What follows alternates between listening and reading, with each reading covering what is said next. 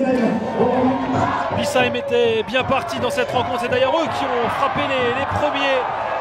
Mais le gardien Camara était très très bon. Puis Grenoble s'est réveillé avec une tête qu'on l'on croyait quadrée à un moment donné. Keshi qui était battu, mais finalement le ballon qui finit juste à côté de la cage. Et puis Florian Sotoka, 20e minute, contrôle la poitrine, frappe enchaînée. Grenoble qui n'y arrive toujours pas face à Bissheim. Sur ce corner, là aussi les Grenoblois auraient pu ouvrir le score, mais Boussa manquait de quelques centimètres le ballon pour le propulser au fond. Et puis sur cette relance un petit peu rapide des Grenoblois, voilà la récupération de David Viana qui dédouble avec Loïc Miliani. Miliani qui centre son contrôle. Et puis Guillaume Jacquat qui ouvre le score. Le stade municipal qui commence à vibrer à ce moment. Ça fait 1-0 pour Bissheim alors qu'on joue la 42e minute, le meilleur moment pour ouvrir le score. Bissheim mène 1-0 juste avant la mi-temps. Et puis Grenoble va réagir. Boussa qui va tenter sa chance et puis l'arrêt réflexe tel un gardien de handball de Keshi.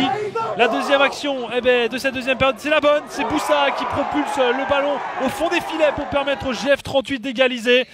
Sur ce magnifique centre de Hugo Guégan, Boussa qui la met au fond, ça chauffait dans le domaine aérien pour les Grenoblois. Et puis toute la partie, ils ont été très menaçants. Et puis il y a eu ce coup franc de David Viana qui ne donnera rien. Ce corner joué à deux entre Gherardi et Benet. La tête et l'arrêt réflexe de Keshi qui a la main ferme pour mettre la balle sur sa transversale. On va la revoir parce que là l'arrêt est fabuleux de la part de Keshi. Transversale sortante et le ballon est écarté là par Miliani. Les assauts se font nombreux pour des Grenoblois qui tentent des centres-tirs même par El Jadeoui. Et puis le contre qui va permettre à Viana de tenter cette frappe que l'on croit cadrée comme la tête de Grenoble en première période mais qui ne donnera rien.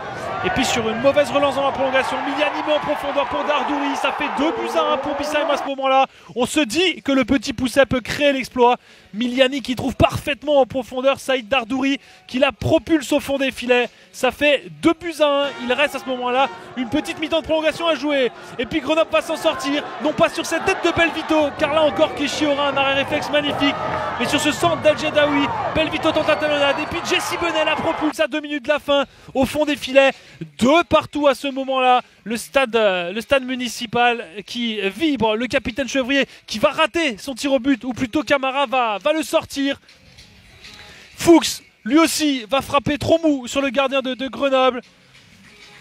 Muller va la mettre au-dessus. Et puis finalement, Jesse Benet, lui qui a donné l'égalisation à la 118e, qui prend à contre-pied Keshi pour offrir la qualification à Grenoble. Grenoble en 8e de finale.